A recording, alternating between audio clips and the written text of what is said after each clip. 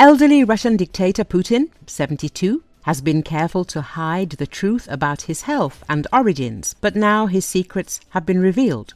Hackers have gained access to data that will help to understand the Kremlin leader's real weaknesses. The German publication Bild reports this. Putin is known for his paranoia. He avoids physical contact, drinks only from his own cups, which he personally brings and takes away, and even hires agents to collect and destroy his feces during foreign visits. His security service began carrying a suitcase of feces with him in 2017. All this is done for one purpose: to prevent the world from learning about the dictator's genetic Achilles heels. However, hackers managed to breach this defense. According to the German publication Bild, the computer of Mikhail Putin, the president's 58-year-old cousin, was hacked.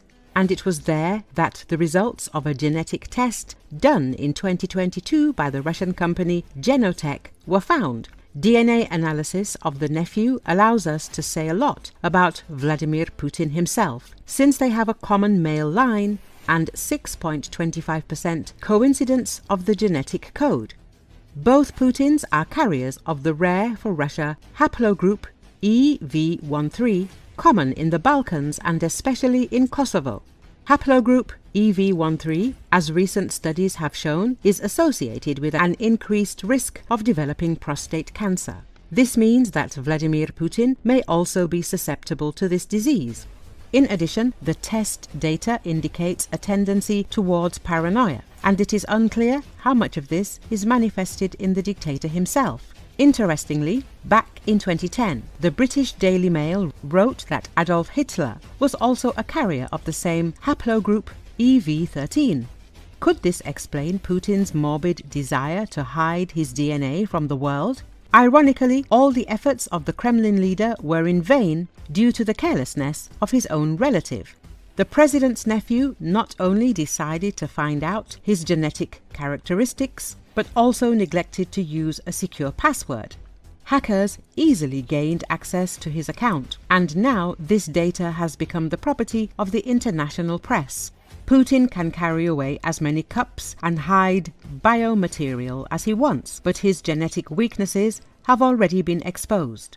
Now experts and intelligence agencies around the world can study this data and understand where the aging dictator's weak points are.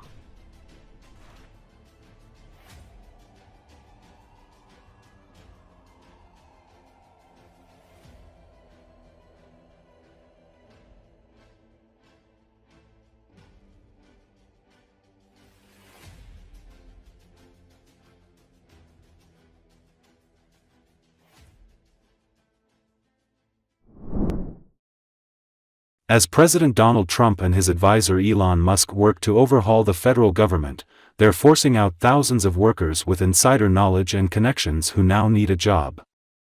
According to Associated Press for Russia, China and other adversaries, the upheaval in Washington as Musk's Department of Government Efficiency guts government agencies presents an unprecedented opportunity to recruit informants, national security and intelligence experts say. Every former federal worker with knowledge of or access to sensitive information or systems could be a target. When thousands of them leave their jobs at the same time, that creates a lot of targets, as well as a counter-espionage challenge for the United States. Each year an average of more than 100,000 federal workers leave their jobs. Some retire, others move to the private sector. This year, in 3 months, the number is already many times higher. It's not just intelligence officers who present potential security risks. Many departments and agencies oversee vast amounts of data that include personal information on Americans as well as sensitive information about national security and government operations. Exiting employees could also give away helpful security secrets that would allow someone to penetrate government databases or physical offices. The Office of the U.S. Trade Representative, for instance, maintains information on trade negotiations that could help an adversary undercut the United States. Federal records house data on clandestine intelligence operations and agents. Pentagon databases contain reams of sensitive information on U.S. military capabilities. The Department of Energy oversees many of the nation's most closely guarded nuclear secrets. Background checks, employee training and exit interviews are all designed to prevent informants or moles, and to remind departing federal employees of their duty to preserve national secrets even after leaving federal service. It takes only one or two misguided or disgruntled workers to cause a national security crisis. Former FBI agent Robert Hanssen and former CIA officer Aldrich Ames, who both spied for Russia, show just how damaging a single informant can be. Hanssen divulged sweeping information about American intelligence gathering, including details that authorities said were partly responsible for the outing of U.S. informants in Russia who were later executed for working on America's behalf. The odds that one angry former employee reaches out to a foreign power go up as many federal employees find themselves without a job, experts said. What's not in doubt is that foreign adversaries are looking for any former employees they can flip. They're hunting for that one informant who could deliver a big advantage for their nation. The internet has made it far easier for foreign nations to identify and recruit potential informants. Once, Soviet intelligence officers had to wait for an embittered agent to make contact, or go through the time-consuming process of identifying which recently separated federal employees could be pliable. Now, all you need is a LinkedIn subscription and you can quickly find former federal officials in search of work. A foreign spy service or scammer looking to exploit a recently laid-off federal worker could bring in potential recruits by posting a fake job ad online. One particularly novel concern involves the fear that a foreign agent could set up a fake job interview and hire former federal officials as consultants to a fake company. The former federal workers would be paid for their expertise without even knowing they were supplying information to an enemy. Russia has paid unwitting Americans to do its business before.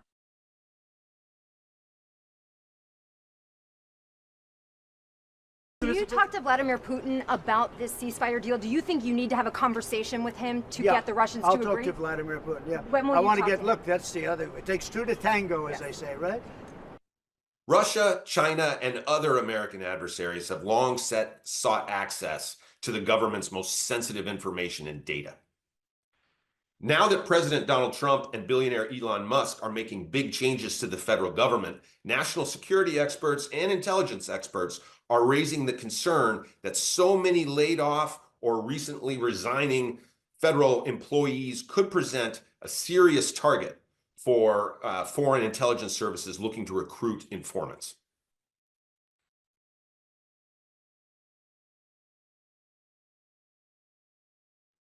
It's not just former employees at the Pentagon or the CIA that national security experts say we need to be concerned about.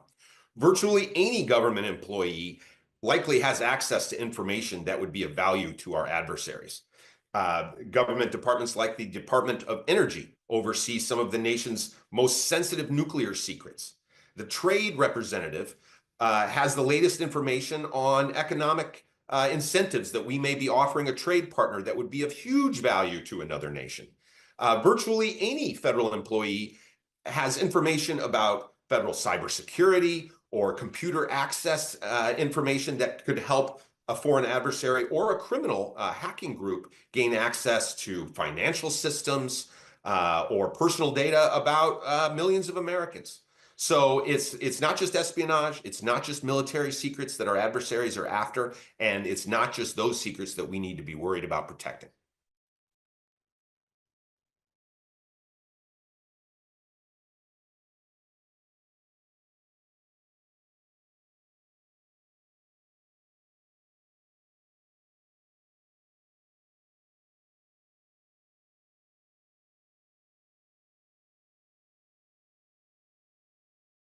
Of course, it's worth stating that most federal employees would never think about violating their oath. Most of them go into public service because of their love of country, and officials were quick to stress this with us.